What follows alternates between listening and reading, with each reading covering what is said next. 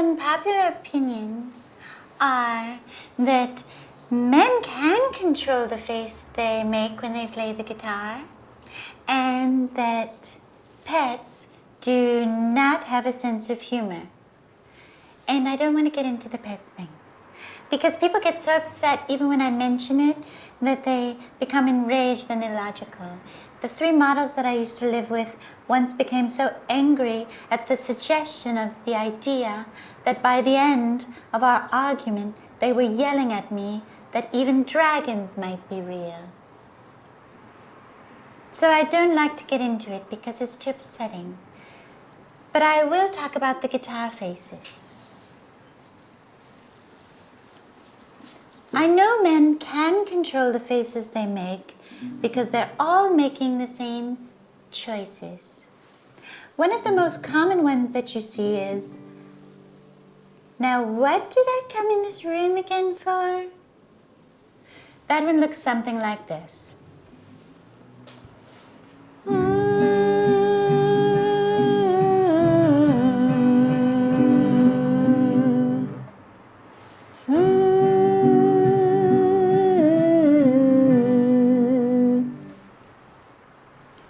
See a lot is, I'm going to restrain my full sexual potential, because if I didn't, you might become so overwhelmed with lust that you would come up onto the stage, rip my clothes off, and devour me whole. That one looks more like this.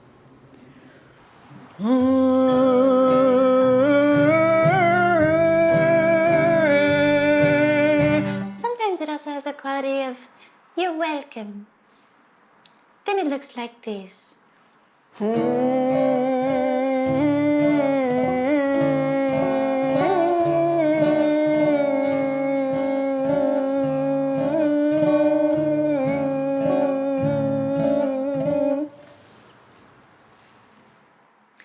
of course, when you get into more intricate fingerwork, there's a whole different set of faces that come into play.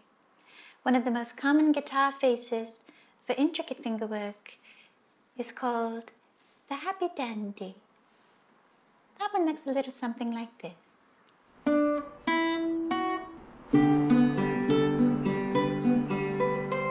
Sometimes this one also has a quality of, I don't even know what I might play next.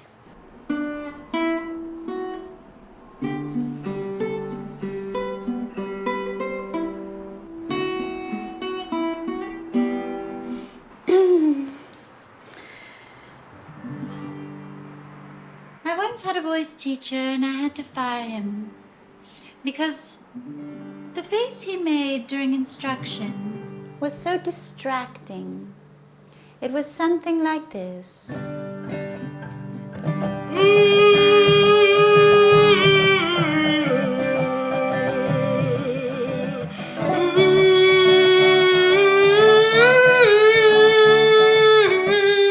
It was really about the nostrils.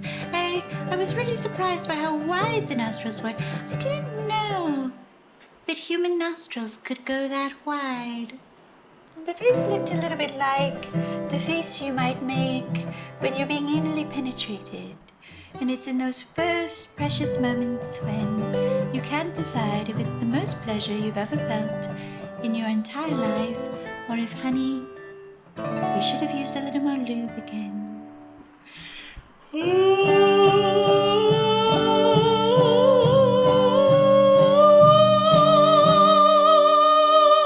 And I had to fire him because the suspense was killing me.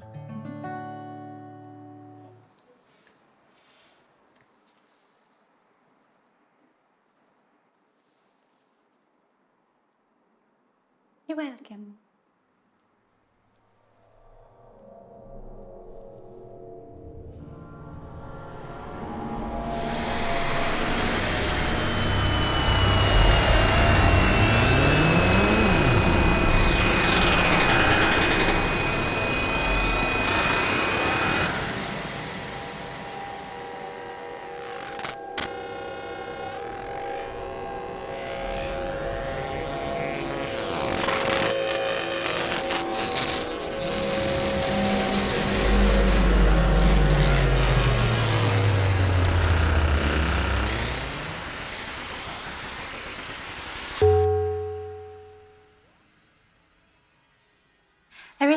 to get into the pets thing because, like I said, it's too upsetting for humans.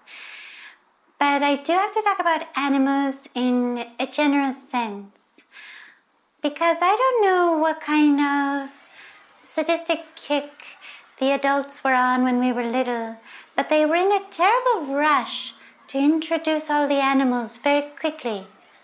You remember?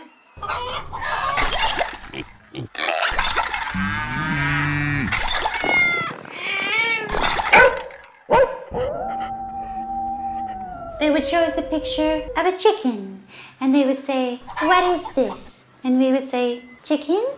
And they would say, "Yes, very good." They would say, "Now what does the chicken say?" And we would say, "Cluck." And they would say, "Very good," and flip the page. And then they would introduce the pig, and they would say, "Now what is this?" "Pig." "Yes, and what does the pig say?" "Oink." "Yes." And then they would go on to the cow, and I thought, no, wait. I haven't fully processed the chicken. I'm still processing those beady little eyes that are practically soulless, and those scaly taloned feet that just looking at them, you know on an intuitive gut level that they must be useful for witchcraft because they have a sort of demonic power. And then they have all those feathers, almost too many feathers, just extra feathers all stuffed in there. And can they even fly? It doesn't seem to be a question we'll ever be able to answer. But they're already onto the pig. And I'm sorry, between the chicken and the pig, there's a whole universe of difference. The pig is so fleshy and soft. Something particularly horrifying about the nose, waiting to touch the world with its soft, sweaty exterior. And they're already onto the cow. Between the cow and the pig, there's too many differences. The cow has those eyelashes, like the eyelashes of a diva. And the flesh of the cow is so soft, the udders so pink. I don't think any of us have fully processed the udders of the cow.